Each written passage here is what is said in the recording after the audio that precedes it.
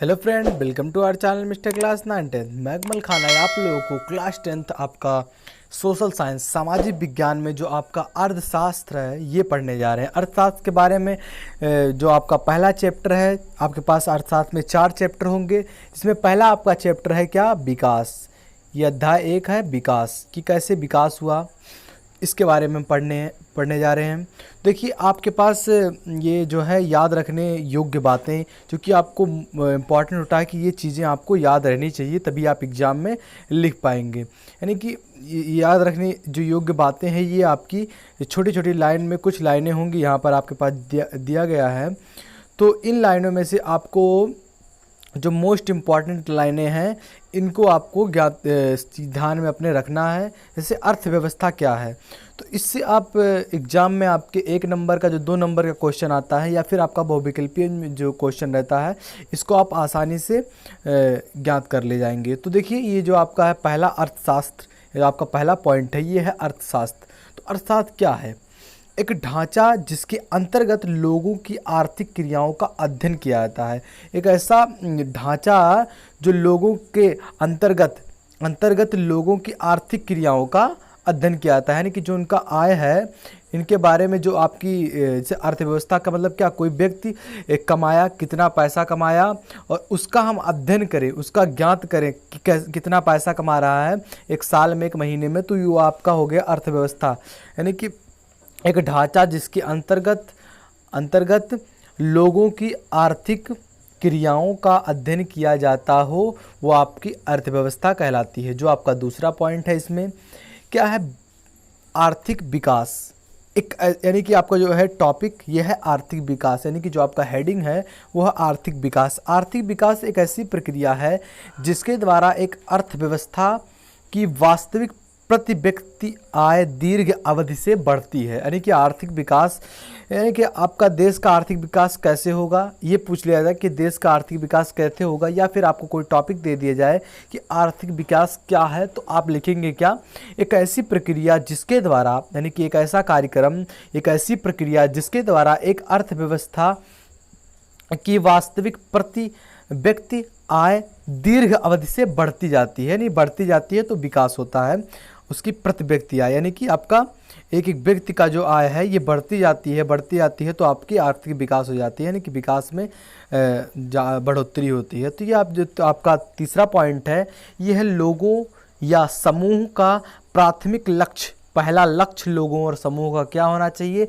अधिक आय पाना। यानी कि आर्थिक विकास कैसे होगा देश का, कि जब देश के हर एक लोग या समूह, इनका एक प्राथमिक मतलब पहला लक्ष्य, यानी कि जो आपका लक्ष्य है ये क्या होना चाहिए कि अधिक आय पाना। अगर आप अधिक आय जितना आप अधिक आय अगर पा लेते हैं, तो अगर आपकी आय बढ़ेगी तो देश की आर्थिक विकास भी बढ़ेगी, जीडीपी भी देश की बढ़ेगी।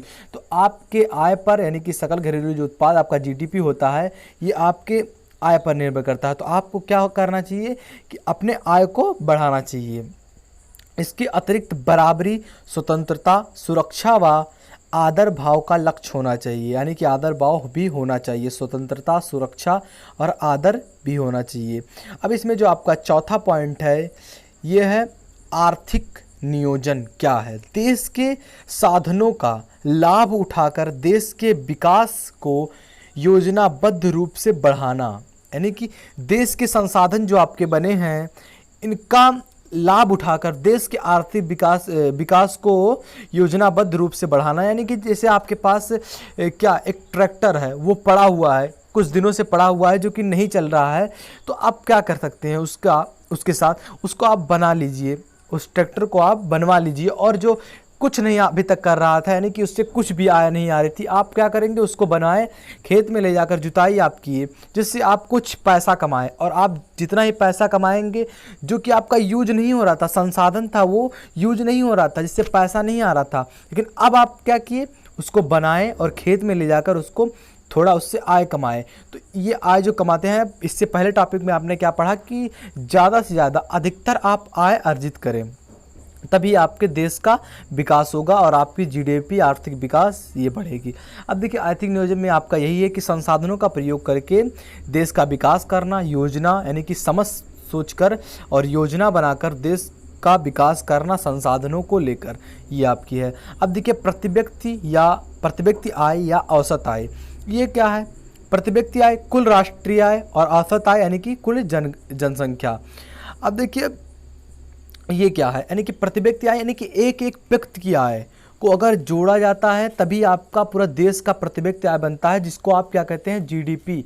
जीडीपी कहते हैं कि पाकिस्तान का ज़्यादा हो गया, फिर किसी देश का ज़्यादा हो गया, हमारे भारत का इतना कम है। तो जीडीपी का जो फुल फॉर्म होता है ये होता है आपका सकल घरेलू उत्पाद, यानी कि एक एक घर के लोगों द्वारा, एक एक घर के लोग द्वारा, एक एक व्यक्ति द्वारा जो आपकी आय बनती है पूरे साल में, उसको आप जीडीपी कहते हैं।